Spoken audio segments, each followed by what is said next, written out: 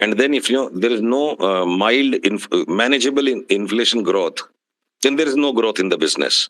But coming back to that one point I suddenly digressed out of, that for any economic numbers, if they suddenly changed in a disruptive way, unanticipated, then the entire food chain of the economy, the entire matrix of all the varieties of economic agents are unable to adjust and accommodate their choices in some timely fashion. Suddenly, all of a sudden, onions went up to 100 rupees a kilogram when they were selling for, say, for example, 15 rupees a kilo or 20 rupees a kilo. So that creates a lot of strain. Restaurants will stop serving you complimentary onion slices, or the kitchen will have to invent, the home kitchen will have to invent some other supplements, or the taste buds will have to change, so people feel the displeasure. Same way, if inflation is anticipated, the inventory management, the pricing policies will be adaptive. And then as gradual anticipated inflation is arising, households will be able to swing their consumption baskets. But a spurt suddenly, so a sudden drop in interest rates or a sudden rise in interest rates, both will hurt. But a rising interest rate, when it is coming in a gradual anticipated fashion, and that's perhaps one reason why the Fed has been accused, and again it's accused, which is wrong, to be incremental. Fed does not do things that are disruptive. Fed does hawkish talking, dovish talking. It prepares the mindset. It creates a soft turnaround in things. So I, as a businessman, very much welcome the resumption of inflation. It's very similar to like during 2020, the big businesses of this universe were taken to the ICU. The crude oil pit had a heart attack. There was no place to store crude oil. It had to be thrown into the sea, and the delivery price for a single minute on New York Mercantile Exchange had become negative because the cost of storage was more than the value of oil. So if the world stops down, and if there is no demand push, so a defibrillator was applied to the global economy that was almost about to get a heart arrest, and now the doctors don't feel that any ICU treatment is required. The Fed is moving the global economy back from the ICU to the personal room of the patient, and maybe some days more, some months more, with some realistic inflation and with readjusted baskets of choices of production and readjusted baskets of choices of consumption, this world will perhaps start conducting business as usual. So as a businessman, I very much welcome this changing regime. पैसे की value नहीं बचेगी, पैसा फोकट में हो जाएगा. Interest rates को जापान ने जीरो कर दिया 30 साल तक, and it still could not achieve any growth. So Yeah. taking money down to a zero cost is good. No, it wasn't. If it wasn't good, then why are we worried about cost of money is going to rise? धंधा अगर मजबूत है तो हम भाव बढ़ा के भी पैसा उठाएंगे बाजार से, और धंधा अगर मजबूत नहीं है तो इंटरेस्ट रेट्स बढ़ेंगे तो प्रॉब्लम है. सो धंधा मजबूत है, that's what all the people who are managing the policies are feeling, and we'll go with that. That's what I want to say. Thank you, Sushil. I think you didn't join at the early part of this, and I want to sort of respond to a few points that you made. And for everyone else, Yash's fans here, I just would like to say that his Spaces has crashed. He's trying to join back again, so just wait, and I'll try to sort of hold this conversation through until that moment. So Sushil, so I think I started this Spaces with the disclaimer that I'm not an economist, I'm not a PhD, to your response to what you said. And I am definitely, and I said that I am here to describe what I see. And as someone who believes in sort of empiricism, or of the British variety, I would like to and understanding and acknowledging the limitations of the profession that I am in. I am just someone who sees what's happening and describes it. And when I don't understand, I ask experts like you. And the second point that I made at the start of this space, and I think because so many of new people have also joined, is to say, and I made the exact same point that you did at the end of it, which is that, if money is really starting to become is not easy anymore, which means it's more valuable. And if it is more valuable, then people spend it more wisely, and they will look for value, and not just punt around because that's it's possible, money will come in anyway. So whatever is more valuable will be more respected, and I think I'm with you there. And I'm definitely with you on your broad assessment of the inflationary dynamics. But in the sense that, a certain amount of inflation is essentially a signal that prices are going up, and people are able to afford it.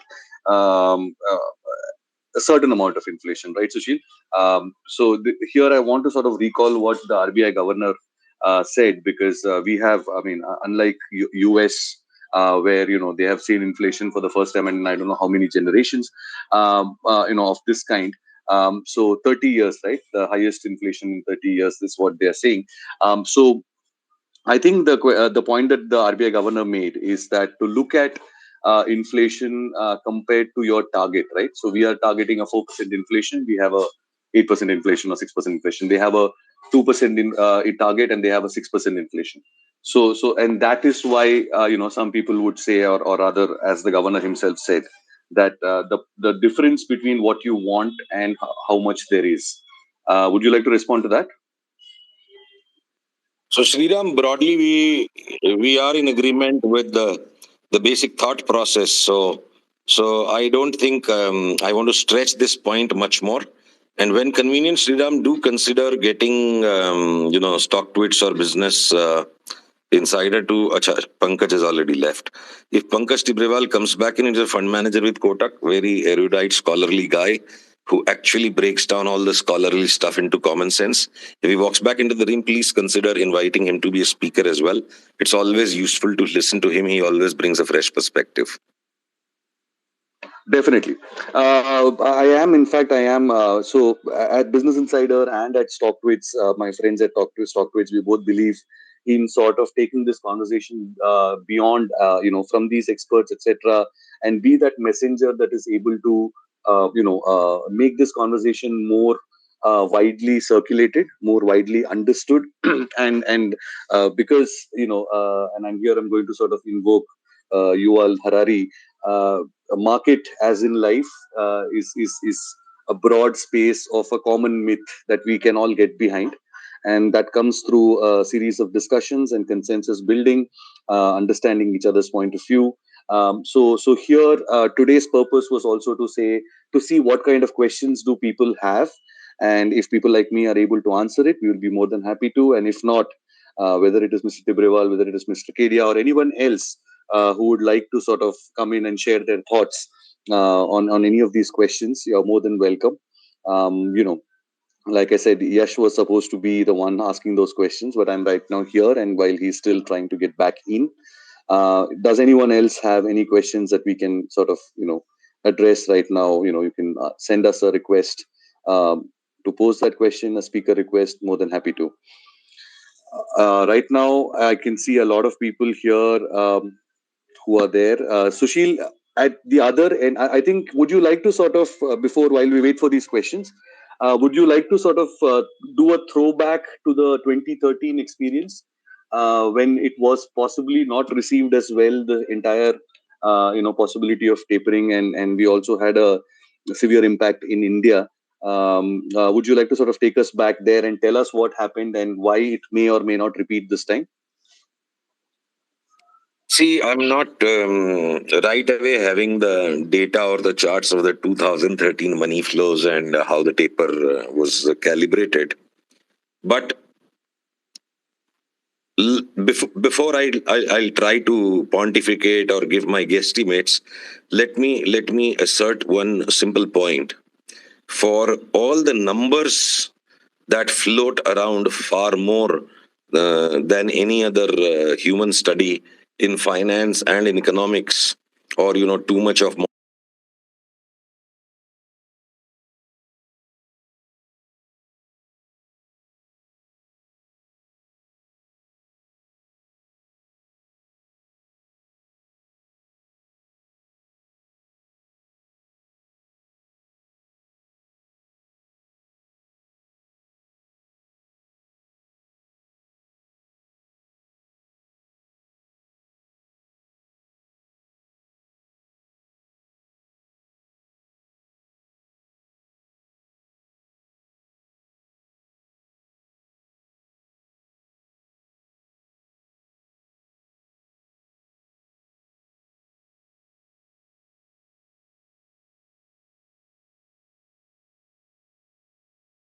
in that sense, at any prior occasion, whenever a taper would have had come, uh, see, the financial markets are nothing but a deep food chain.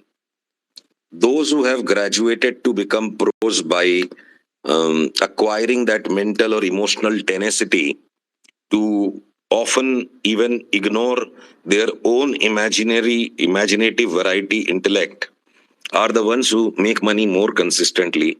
And that's a very, very small fraction, less than 1%, less than maybe 0.1%. So for the remaining 99.9% people, and as the intensity of this information age is keeping on growing, so 30 years ago, people were paying for a newspaper. And now people, perhaps a time will come when publications will be paying to people with the private equity money to just, valuations will move on eyeballs and how many free users are purposeful to get things. So, with this kind of an information bombardment, we are at the abusive end of the information age. So, to keep on drawing tautomerizations or corollaries or very similar maps might or might not work, Sriram. But anytime a taper has come, the highly over leveraged population in financial markets, much more than leveraged only financially, much more than that, leveraged with, see, imagination is a part of intellect. So those who have a much more elevated intellect and a much suppressed maturity to be less reactionary to information.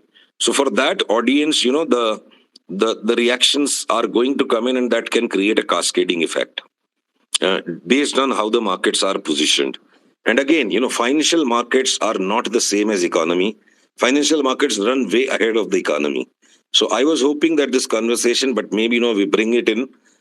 Financial markets run way ahead of the economy. Say 2 years ago in India, the concern was economic numbers are all so bad and markets are racing ahead like anything. And then markets collapsed like anything within a period of 4 months, from January to end of March, maybe about 3 months. Markets collapsed completely, and economy came to a shutdown, and then markets went up for 6 months without economy really doing anything. And now markets are kind of in a sort of vacillating state, but the economy is keeping on picking up numbers stronger and stronger, and inflation is a reflection of the underlying strength or the heat in the economy. So markets run a different cycle. There's a phase lag. They are leading most of the time. They might sometimes lag the economy, and the economy itself may or may not be the economy itself may or may not be instantly responding to the Fed, because the economy also, business decisions are made on anticipations. Some will react, some will anticipate. So having laid out these limitations, I am less inclined to compare any one state of markets and economies with any other. And given that, I think what happened in 2013 was the markets were already positioned to a point where they needed an excuse to find a correction. And then again, the context of how the global currency complex is positioned itself. See, dollar is being forced upon everyone as the ultimate currency, and euro, therefore, even though it's a currency, becomes the most important asset in the world. So as far as I recall, from 2009 bottom, at the 9th March bottom till now, the dollar index as well as the financial markets kept on rising up together. Now, by common sense, the value of money and the value of assets in general has to move opposite to each other, but only in a period when there's exceptional economic strength. The dollar and the global financial asset markets can move up together. But from 2009 to 2013, there was a big phase lag in how much the euro came to become a bottom at. And this may become a much more complex conversation. So I like to get away, Sriram, without really answering it. because there may not be one great unique answer in comparing one market state, one economic state, and one policy state with another. It's a total kaleidoscope. And to compare one picture out of the kaleidoscope, you keep rotating the kaleidoscope and many combinations will happen. So to compare one state of the kaleidoscope with a state of kaleidoscope that existed 7 years ago or 7 minutes ago might not be very useful. So maybe I'm not competent to answer this, but so I like to pass it. So that's just your humility, but you did give us a lot of stuff to think about. um, Although I am not really sort of seeing too many hands, either the topic is way out of our reach, or we're not interested in. And I think this is the problem that Business Insider is here to solve. I think we're trying to say that take interest in the economy, in the markets. Markets are not, or beyond just basic stock prices. They're a reflection of not just our economy, but also a lot of what happens in our daily lives. And I think when we talk about inflation at the monetary policy level, or what's happening in the US, etc. I love to see a lot of these conversations that happens on Twitter in the US, right? And people talk with so much of empirical evidence on what is the impact of this inflation, and that's something that we are trying to here sort of touch upon. Yash is still not able to join us, but I still like to sort of take people around on a tour across the world on how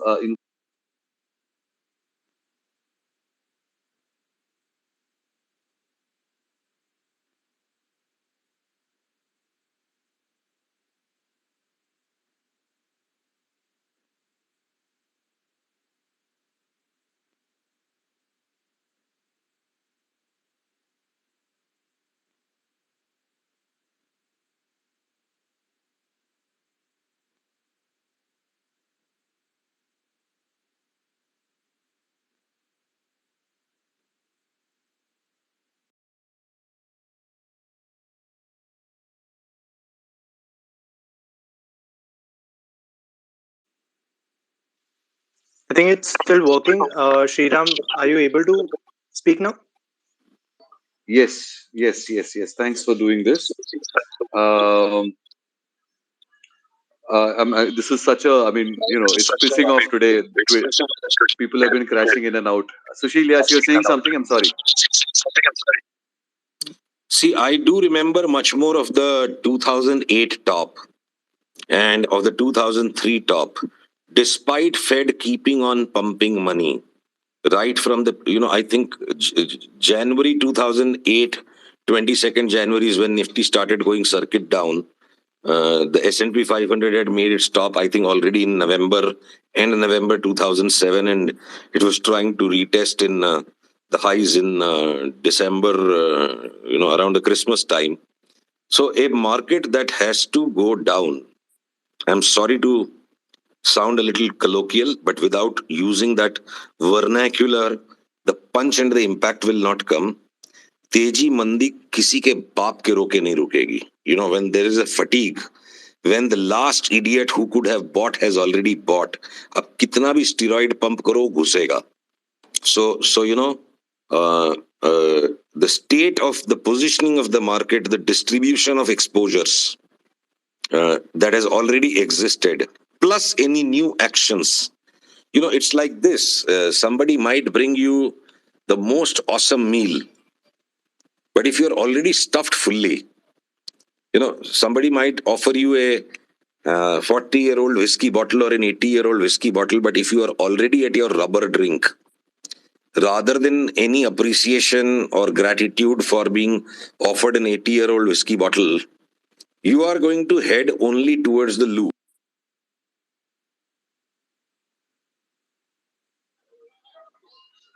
When the quantitative easing began in 2008, and the Fed kept on pumping things for the next 6 months, and despite that, markets kept on declining.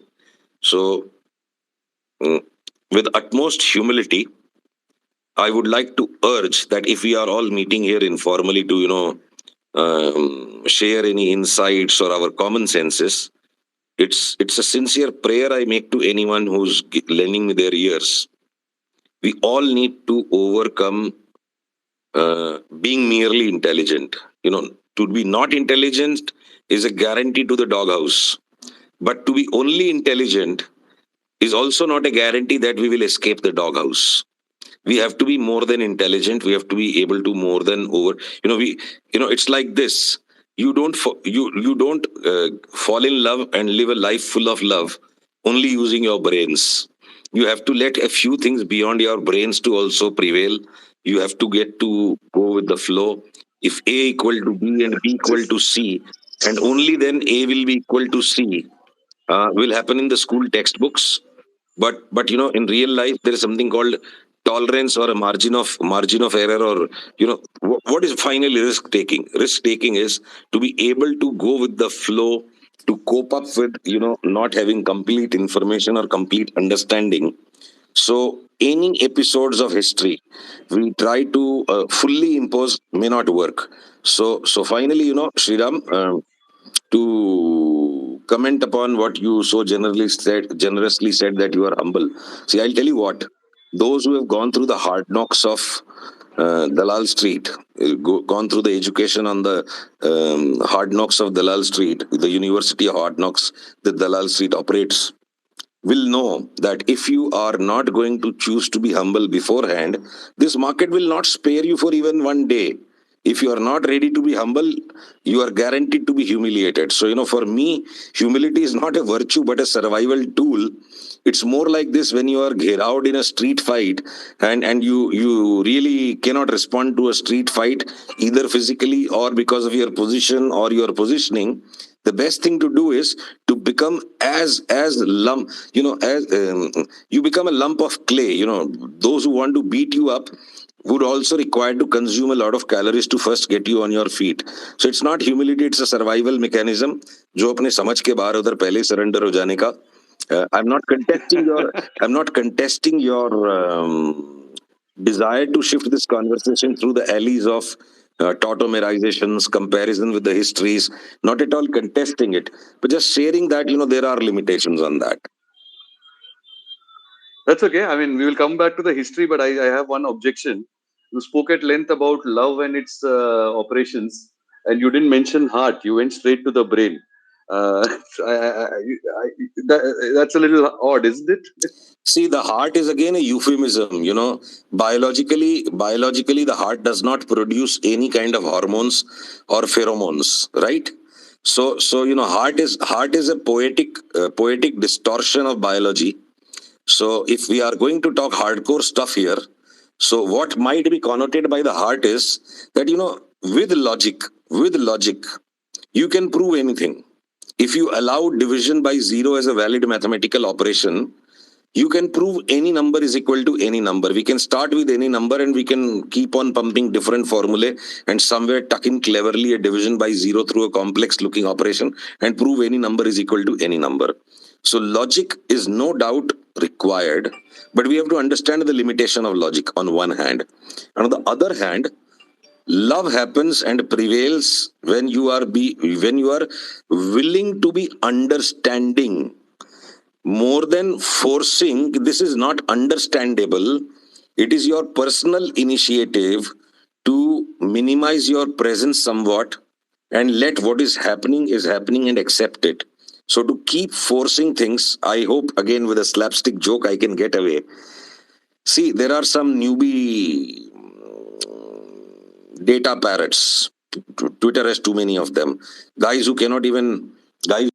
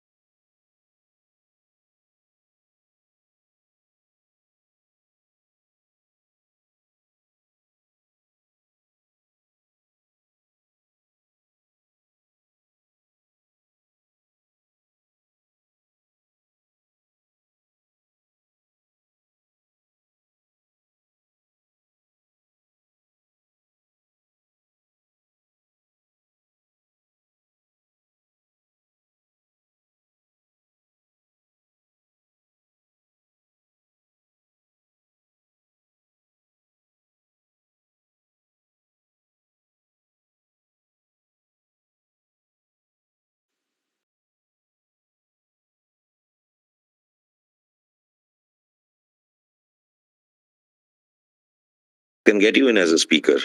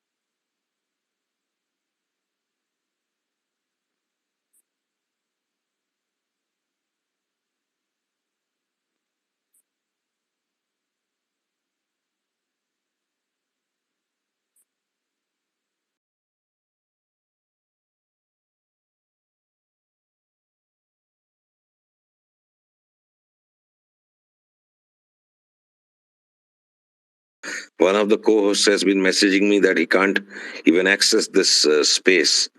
I'm not sure what are we supposed to do now here.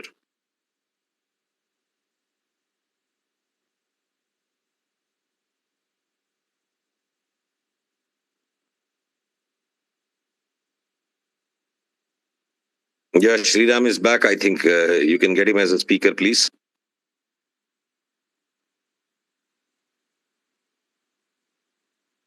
Hello. Thank you. Thank you for holding this together. This is an absolutely horrible day on Twitter Spaces. So many people have crashed out. But I'm glad people who have stayed on.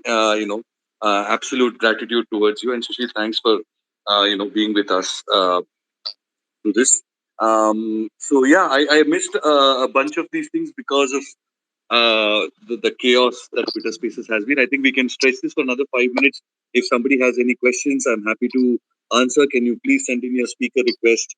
I think Sushil and I have spoken at length about a lot of things, but the idea was always to sort of get people are thinking and what people are asking about. And if at my level, if I'm able to answer that, I will. Otherwise, I'll Sushil. Please do send in your request. In the meantime, Sushil, I think let's talk about one of the other aspects of this, right? One explanation for inflation in the US that is given is that So basically, we are saying, I mean, let me sort of take this back to the Gen Zs, etc., who are with us and who would be like, what is this entire ruckus about? So basically, inflation is too much money chasing fewer goods and services, right? So we know where the fewer goods and services are coming from. How did they fall short? Which is basically because of the supply constraints, etc., that has played out over the last year and a half. There are not enough ships, there are not enough containers, things aren't moving around, etc. That not enough semiconductor chips. We know we've spoken at length about this across every publication in this country. So we know why there is a shortage of goods and services. We know why there is a excess of money in the system because, like you said, of the crisis time policies, that were enacted. Um, so one explanation for this, which is given, is maybe over the next 6 months to a year, uh, we know that the supply bottlenecks are going to ease out. Stuff is going to be available at supermarkets, at factories, at mines, at wherever, right? And therefore, the supply once the supply eases down, automatically there is going to be some cool down on inflation. Similarly, uh, the Fed has already told us, and Bank of England has already increased interest rates, etc. So the money supply is also going to reduce, right? So uh, in that sense, because of this heightened conversation around inflation and the policies surrounding it, do you fear that at some level, we might end up overacting on it, overreacting to it? Chirag, you've also joined us as a speaker, so feel free to get in any point. Huh? Yes, sure. I'm actually more on the technical side, so I can just give my views on the basis of technical analysis. No, like I said, I mean, yeah, I mean, it's not really the area of expertise. Like I said, we are looking at the world around us and trying to make sense of it. And if you have a question, feel free, go for it. Let's have a brainstorming session here. Yes, sure. I actually missed starting part because I already crashed. The space crashed twice. So where the conversation was, I have missed the part also.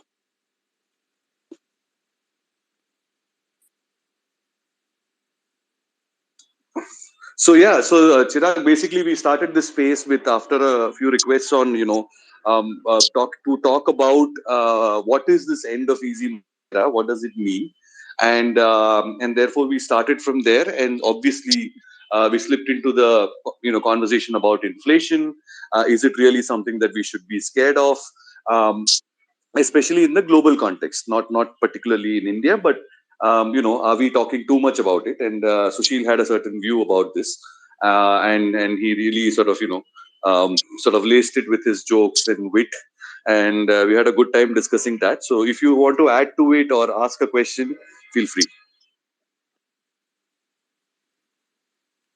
Sure. I'll do that if I have any question.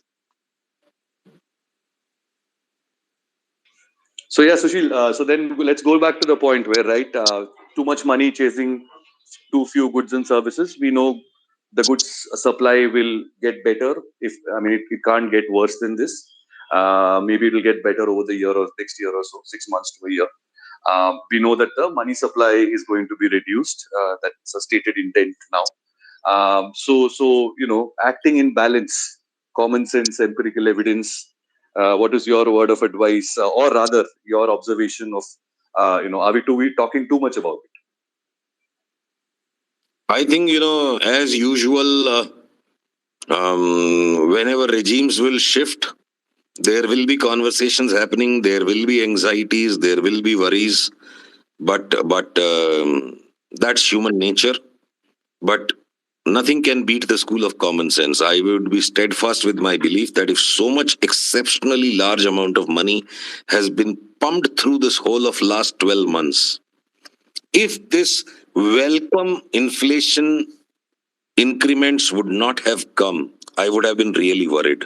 It's like this, इतना steroid खाया और उसके बाद भी थोड़ा weight gain नहीं हुआ, थोड़ा सा मसल्स और मास नहीं क्रिएट हुआ, तो there is much deeper malaise.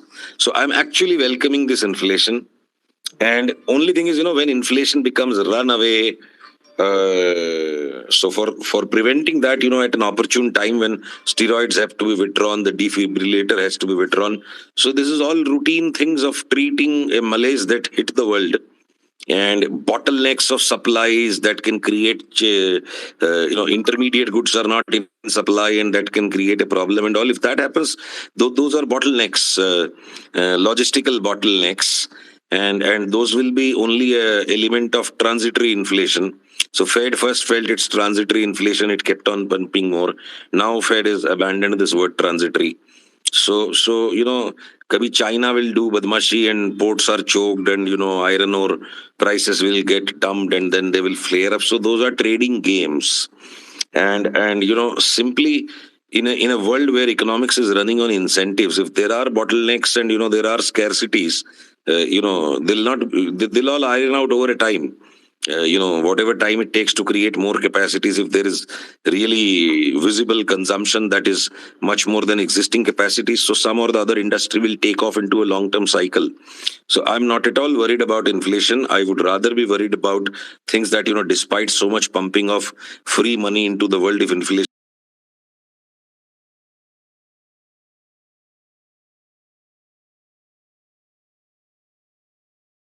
would not have come, then I would have looked for a crash. But now a tweet here into this conversation, where I just about an hour ago I posted a video of analyzing about 7-8 key FANG stocks and Tesla. This world was very worried suddenly that they fell from an all-time high, and very sharp falls had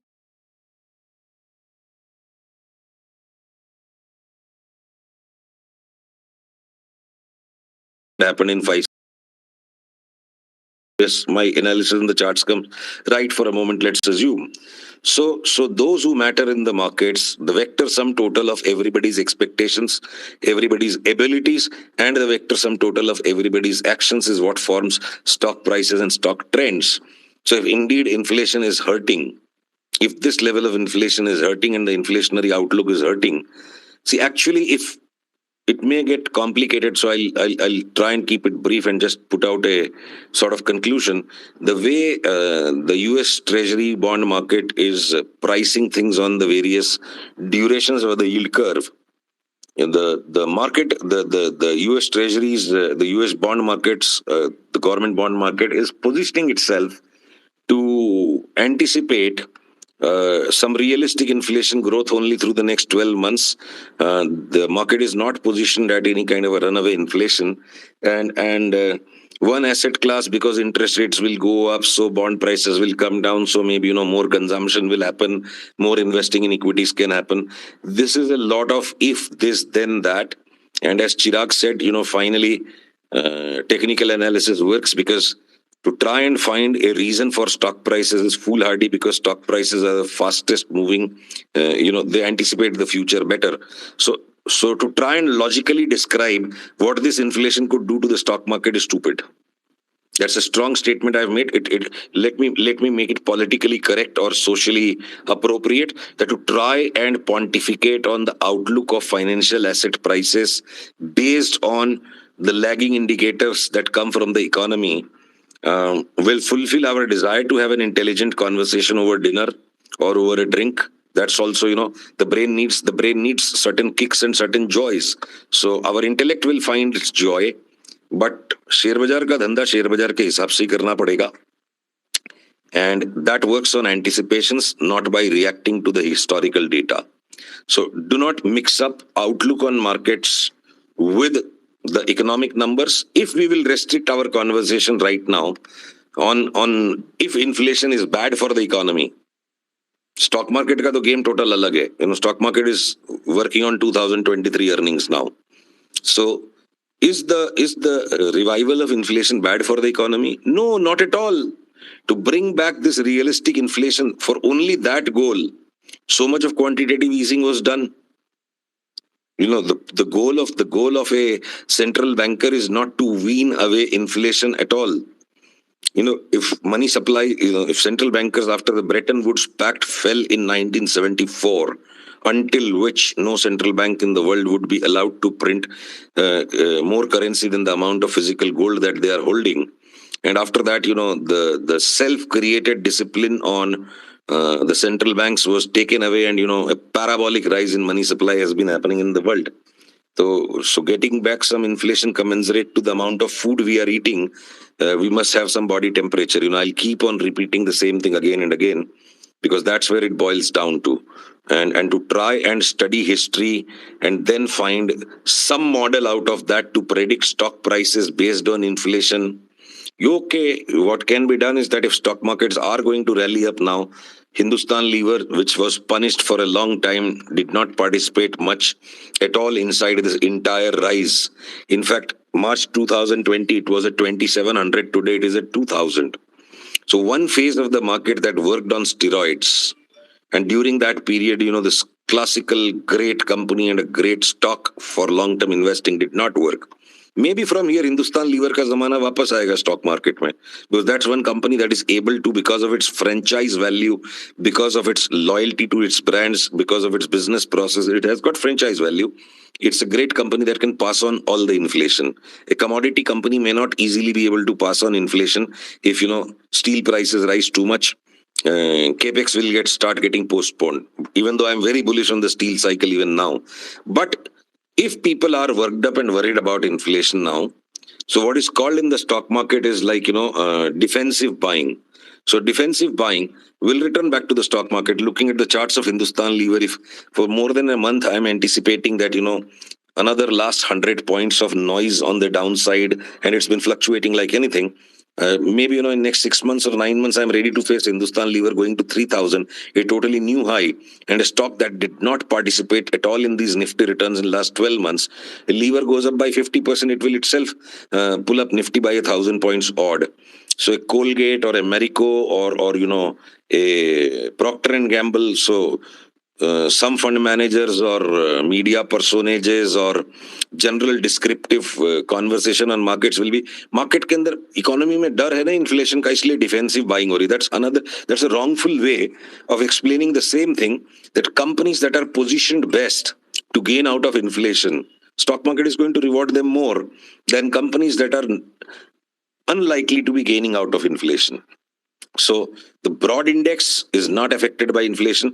Inflation is the normal way of life. Lack of inflation was an abnormal way of life.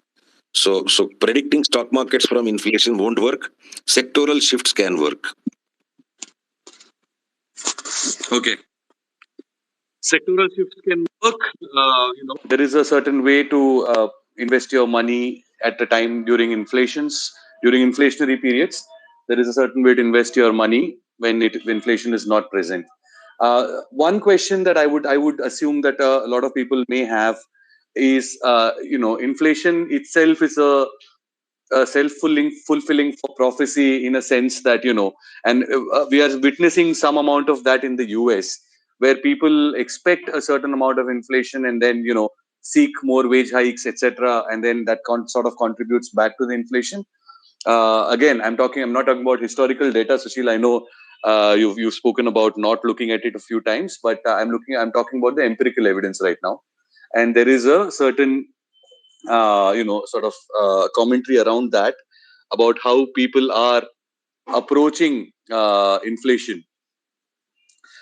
People expect inflation, and then inflation goes up, right? I mean, we've seen this play out through other asset classes over a period of time. Are you worried about that?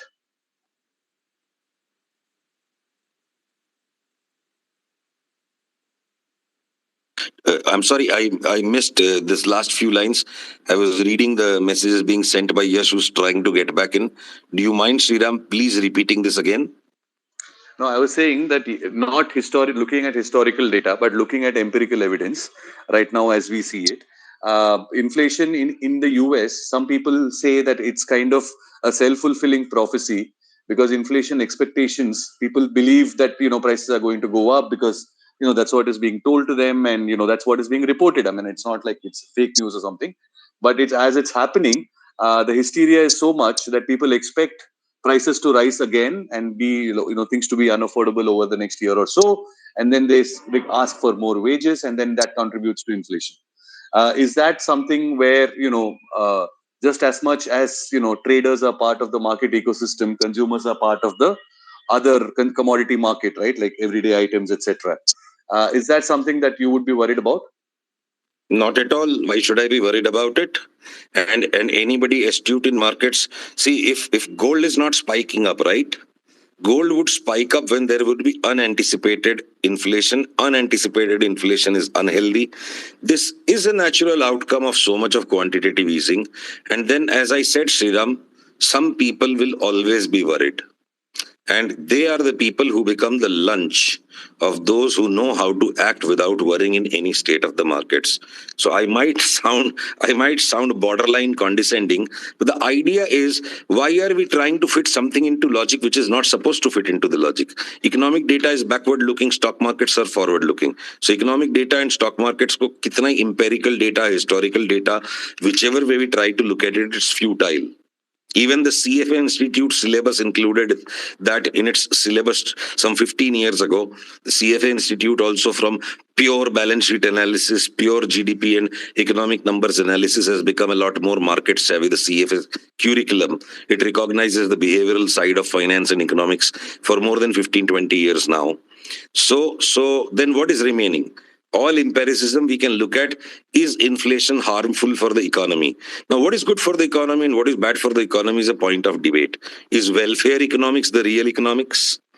Or it is, the overall aggregate GDP growth, the real economics? Rise in GDP per capita is the real metric of good economic performance by any one or several governments, or the aggregate GDP growth is good. So, then it will all get finally to become political opinion making. Whether whether Amartya Sen's variety of economics suffers from politically colored goggles, or Professor Bhagwati's economic thinking is better. These will all become then border into the areas of personal tilts. So there is no clear answer. Is a mere GDP growth without actually a large, without a proportionate rise in GDP per capita is inefficient economics? At least, capital formation is happening, whatever could be achieved.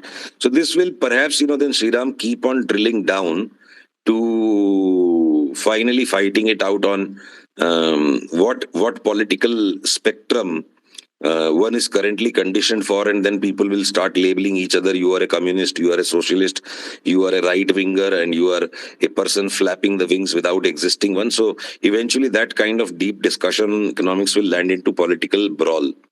Broad idea, I'll, like a broken record, keep saying, if so much money has been printed and if inflation was not going to come, I would have dumped all my financial holdings and gone into gold. So that never has happened, and I hope that will never happen. So मुझे कोई चिंता नहीं है. Gold market is tepid. Gold पड़ा हुआ है नीचे. The bond yield curve is positioned in a way that it's pricing humble inflationary pressures for the next 12 months. And then, coffee table conversations, Twitter spaces, newspapers, blogs, between sense and sensationalism, the human nature is to to seek a dash of sensationalism and stir it with sense to arrive at a nice cocktail of sense plus sensation. So we all love to scratch the butt when it actually does not require to be scratched. We just have to ignore it, because if we keep scratching it, we'll end up creating scars on the butt.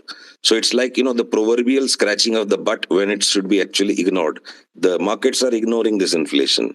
कोई tension नहीं है market को.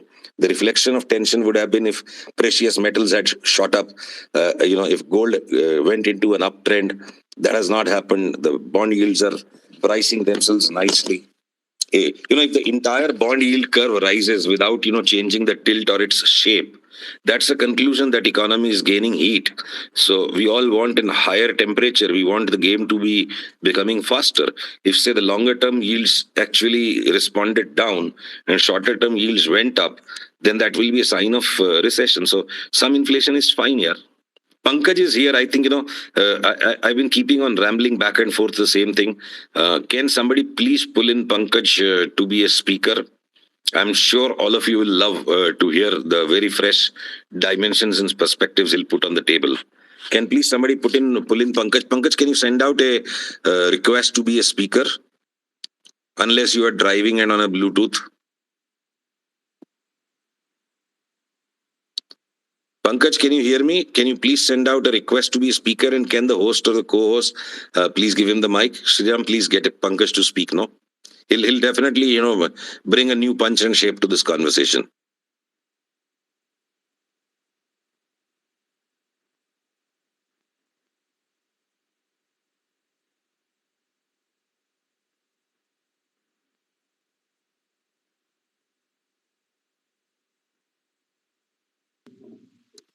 I've The sent way the Twitter invite. I'm just Spaces, waiting for Pankaj to accept.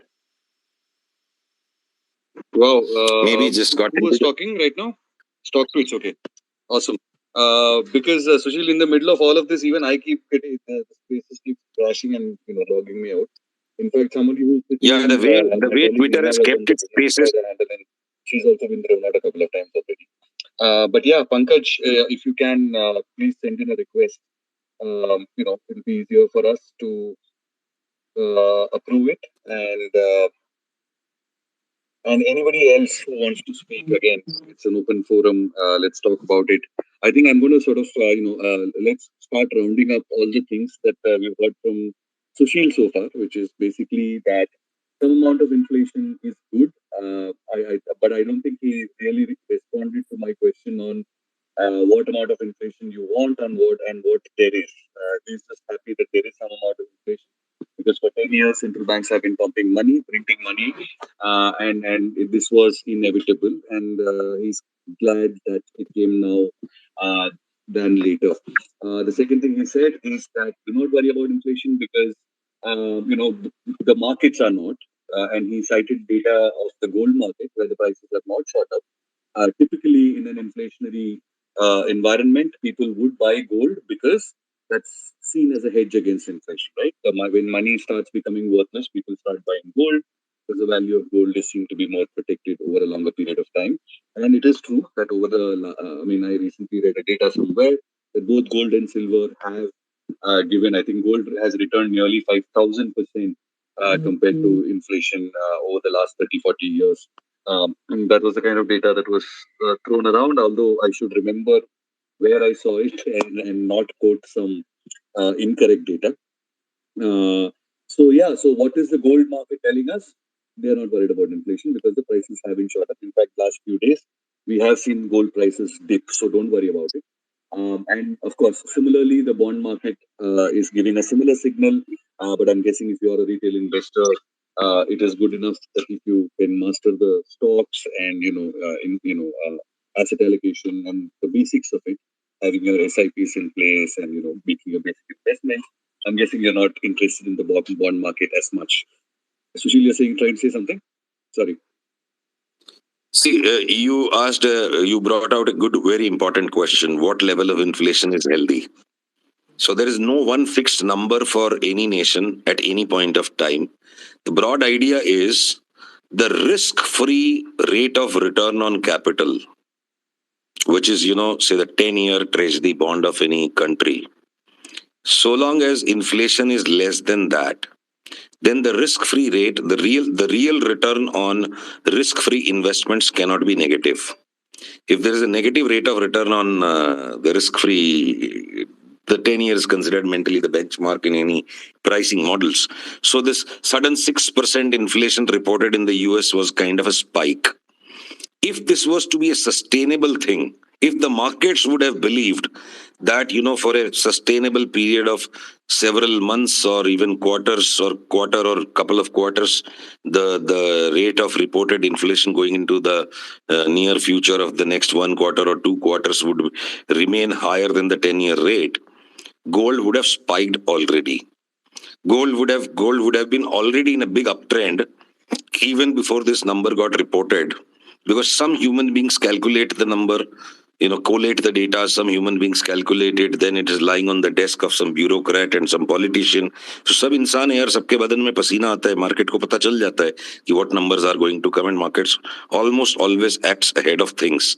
So if gold market is not buzzed into a hurried rush upwards, that's a very easy way to look at things for a lot of people in this room who may not be doing the so-called complicated bond finance. And if the yield curve has got no twists, yield curve has not got twisted, it has not changed its curvature really. So markets are not pricing in a scenario of negative real rates to sustain for a long time. So long as inflation and the interest rate regime can move in a way that those who provide the securest form of investment, which is the government, that rate is not expected to be sustainably negative, then such inflation is something that the economy will be ideally able to cope up with and find growth during. One question, Sushil, I think we didn't ask, or maybe I didn't ask earlier, which is basically one of the impact that is often said about. Let us say there is going to be inflation in the US, and therefore we already know that there are going to be three interest rate hikes in the US next year. And we journalists like to write that when that happens, a lot of the foreign investment in India will go back because they're going to get better returns there. I have an answer in mind to refute my own question, but I would rather hear it from you. Are you afraid that foreign investors will pull out more money than they already have in the last 4-5 months? With folded hands, and if required, if I need to touch somebody's feet to place so much humility first on the table, ये सब बंडलबाजी है, बकवास है सब. If A equal to B and then B equal to C, if A equal to B and B equal to C, then A must be equal to C. Love war and markets. Love war and markets. Do not follow any algebra. And those who will impose their limited intellect with their spouses or while investing on the markets, do not impose your, be very intelligent observer. Even love cannot happen carelessly. So whether you know love with your partner in life or love with your stocks, it cannot be a casual thing. It's a serious affair. But to become so paranoid with limited intellect and to impose it upon your partner or on your market is a guaranteed recipe for disaster. And I pray, there are some of us who must dissect everything possible and inspect every possible angle and converse about it. But that conversation remains unending, because those who have not woken up at 3 a.m. in the morning with sweat on their forehead, worried about how do I protect my family from my financial adventures, will not have matured to the point of abandoning the normal human trait of imposing intellect on situations which only require understanding. So we need to understand more than trying to explain things. We have to take things as they are coming, and the nature of markets is they are forward looking. So FII का पैसा निकल जाएगा because liquidity निकल गया. अरे यार, किसको मालूम? और FII का पैसा के ऊपर बाजार चल रहा है, ये सब बंडलबाजी का लॉजिक है. The largest amount of FII selling in a year happens at the price point where the largest stock price damage has happened in that week, and the highest amount of FII buying has happened on the week when the market was at the top. So these guys are coming and creating tops and bottoms. So because of the sheer size of their buying and selling, they're badly getting front run. And this gospel has been created. F2 ka paisa paisa hai.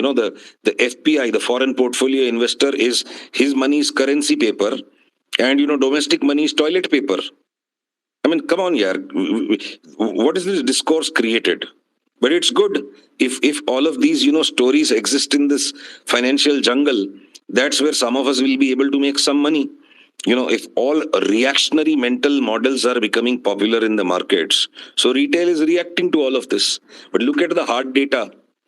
Look at the total inflow of FII's money into India since the gates were opened.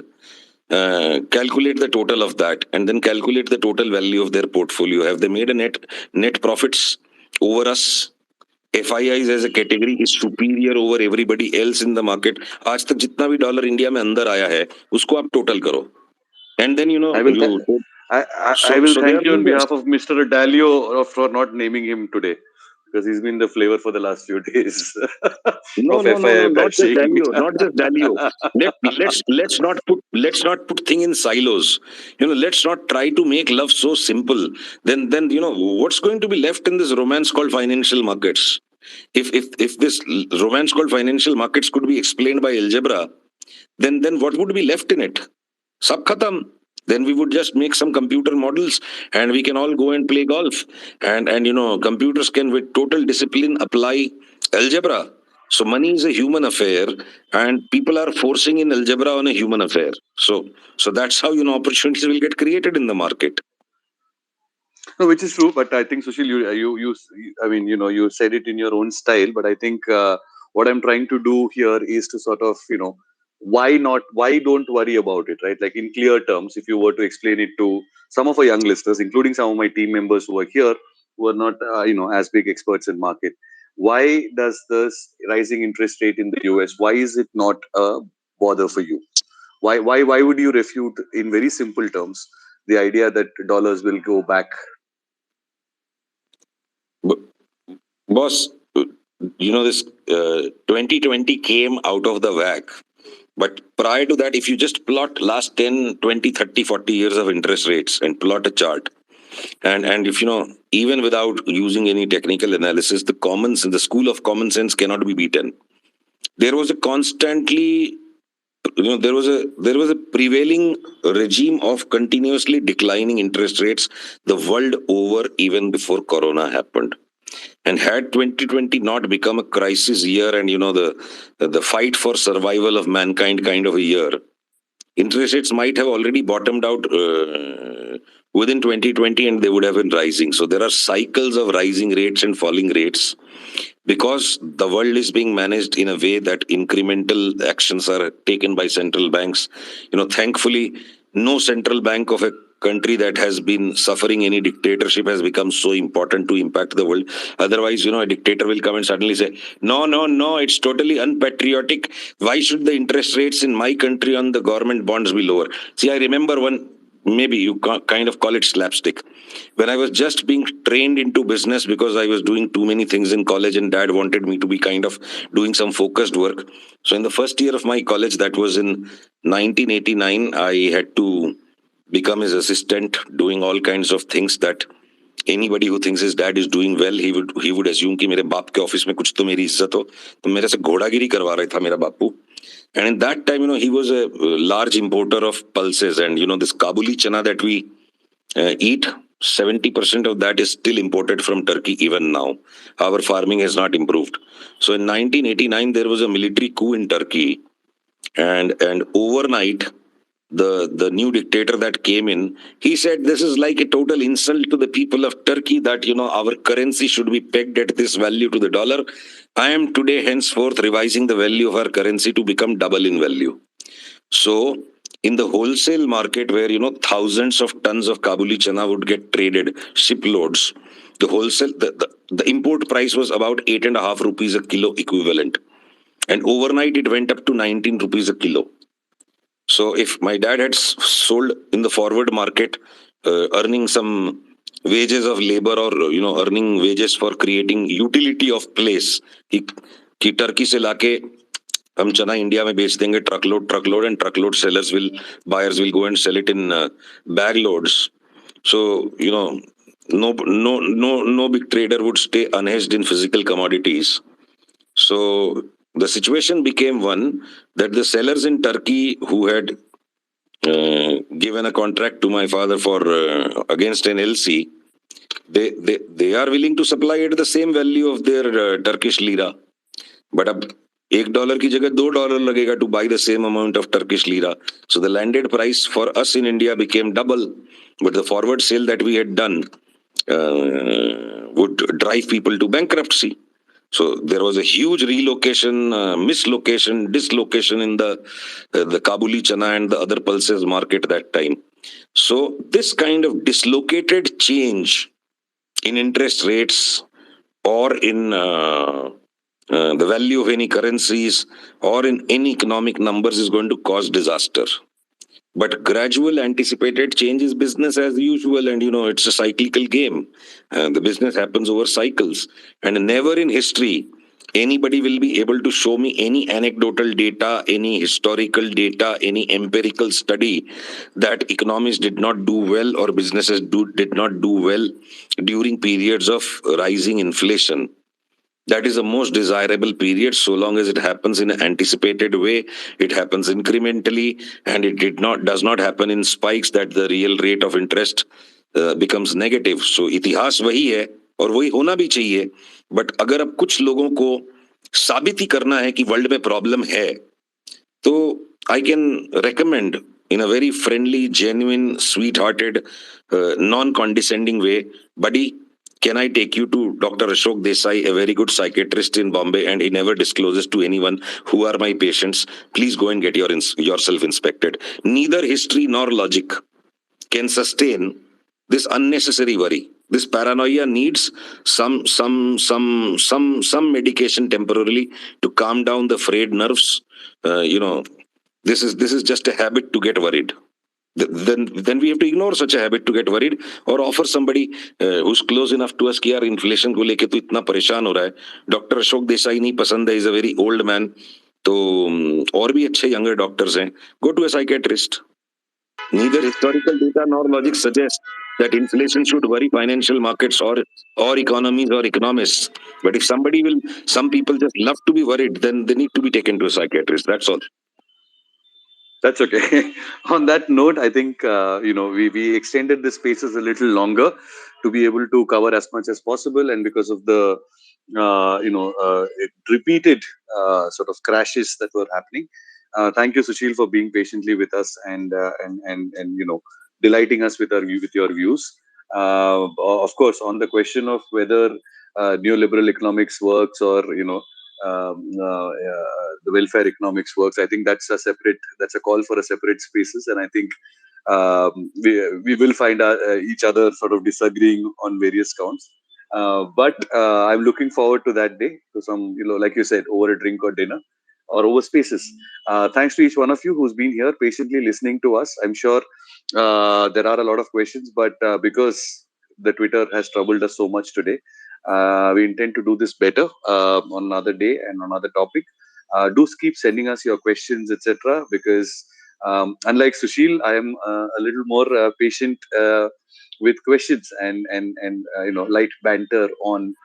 It's my job to really sort of spread the wisdom from those who have it, take it from them, and not add my own, and spread it around the world. So on that note, thank you everyone. I hope we do, like I said, one way to look at this is money. If we are really saying that it is the end of an easy money era, which means money is going to become more valuable, and which something that is precious, something that is more valuable, will be deployed with wisdom, with care, which means that a lot of some people argue that startups got so much funding because of the kind of easy money that was available over the last decade.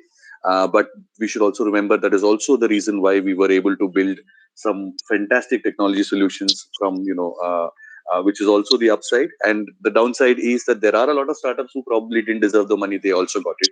But that is world. It sucks sometimes. It's awesome sometimes. And on that note, I would thank each one of you who is here.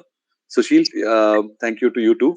Shriram, you've been one of the most congenial, very well informed people I've ever spoken to. I could easily get away with your very calm inner nature, with my slapsticks and my brutally aggressive remarks. I would not usually do this with everyone, but given that one knows you are maturer of the lot that I've interacted with, and I've interacted with too many people. But the reason I also, went about banging the table and getting so aggressive is that one, I'm unlikely to be hurting anyone. Sriram is such a matured, open-minded curator of conversations. He'll probe, prod, push, pull, and keep on squeezing it out. So I am fairly confident that there's no love lost ever here, and such is the structure of this topic, that there's so much of misinformed, judgmental, paranoical feelings about economic numbers, that it's almost become a belief more than a study of history or facts. That maybe because I felt Sriram's meetings are ones where one can speak their heart and intestines and lungs and kidneys out without being worried that offenses will get created. So I could take this liberty, and I think such open-ended conversations on topics that are really difficult to frame into a structure to create a comprehensive argument are absolutely necessary to get to the most important secrets of the human response to finance, economics, and money in general. So always will regret if I miss any of the conversations Sriram creates. And perhaps, Sriram, I can get in touch with you separately. We've been experimenting with another powerful platform where we can have 1,000 people join on a video call, and the hosts can one by one invite some of them to listen. Maybe we can try that out also, and that's something that's going to be recorded. I hope that's not going to be as muddled as the Twitter spaces are. Perhaps we should try that once in one of our next conversations. And thank you very much, Sriram, to somehow or the other try to keep squeezing to bring this truth out. Absolutely. I'll be very excited to do that, because I think Twitter Spaces, I think this is a good lesson.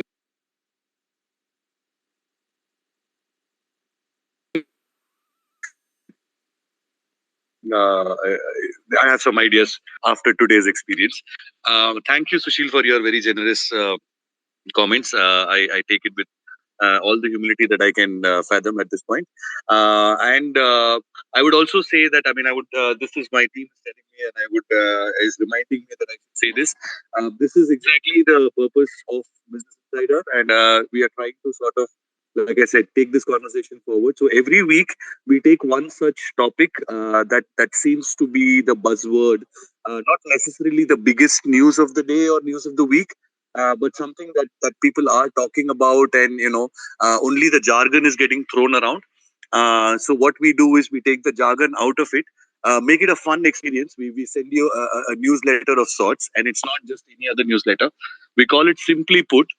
So if you sign up today, tomorrow morning you'll get one newsletter which is talking about quick commerce, and it's not just straight away sort of, oh my god, okay, this is quick commerce, let's do a lecture session on that. No, it's an experience.